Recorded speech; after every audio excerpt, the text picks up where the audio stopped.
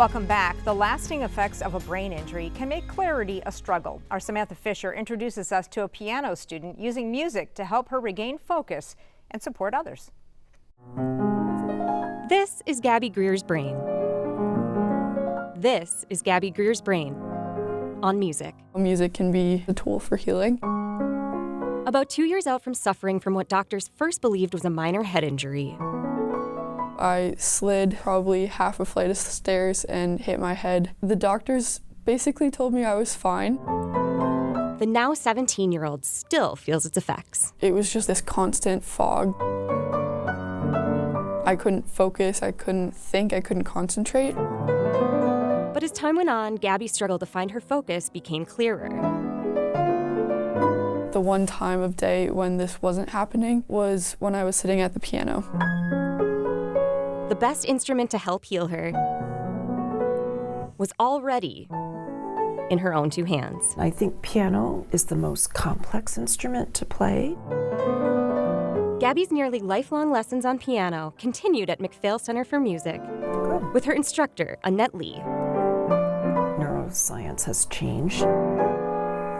Very good. What I see from past years, cluster open. The doctors always recommended, don't listen to music. They should be in the dark. Going against conventional concussion wisdom. That's going to happen over here. You know. Gabby convalesced with her community.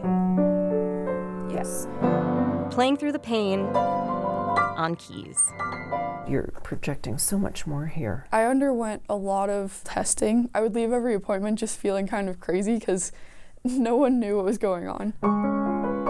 Finally putting a name to the face of post-concussion syndrome. I've met very few other people who face invisible injuries like myself. It's not a community that's often talked about. Until now. It really inspired me to start Notes of Hope, A nonprofit supporting brain injury survivors and their families, while at the same time helping to raise thousands in donations toward brain injury research. A topic she now knows well. Gabby teamed up with Florida-based Nestor, They do what's called neuroplasticity training. a company that combines mind and machine to help people with cognitive setbacks feel better, faster. They put the EEG head cap on me and I can see exactly where my brain is not working correctly. In December, Gabby showed other people too. It was a really cool event that about 100 people were in attendance for. Putting her brain on display, The audience could really see the impact that music has on the brain. showing them that what might be just music to one person's ears can become a measure in healing for a silent sufferer's head and heart. It's honestly really validating. It's a slow process, but I believe music definitely has played a big part in getting back to where I was. Samantha Fisher, That was amazing. KARE 11 News. What did you do differently? I was just focused on where I'd line up with you. Okay.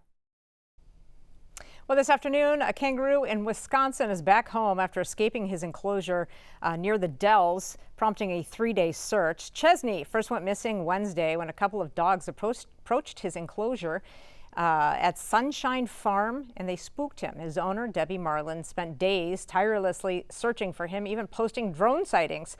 Just when they were ready to wrap up their search, Debbie says Chesney appeared at her car door. The drone company that helped find Chesney posted these pictures to social media saying, quote, "Never in a million years did we think we'd have to call, to recover a kangaroo." Well, this afternoon, thousands of cookies are brightening the day of U.S. military members. That's after the support of our troops nonprofit out of North Carolina worked with the Girl Scouts to donate the delicious treats to those soldiers. Chris Cook has the story.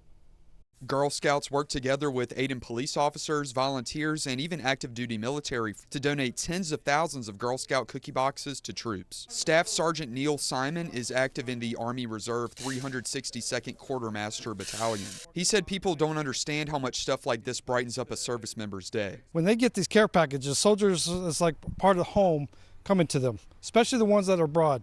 In addition to the cookies, volunteers made care packages with toiletries to ship out to different branches of the military. One of their volunteers said it's awesome to help. Because all the people that are overseas and don't get to see their families a lot, we just spread love all across the world. The boxes are a combination of donations from the Girl Scouts organization itself and boxes that other people bought to donate. A Girl Scout I spoke to said she likes to picture service members opening the care packages. Well, that makes me feel really good because Girl Scout cookies are just so good, and it feels nice to have this little sweetness in their life. Barbara Whitehead is the volunteer director for Support Our Troops North Carolina. She said it's especially important to remember the troops right now as the country faces war in the Middle East. You know, it's hard when you're a dad and you're away from home and your girls, their birthday parties, their soccer games, Christmas, Easter egg hunts.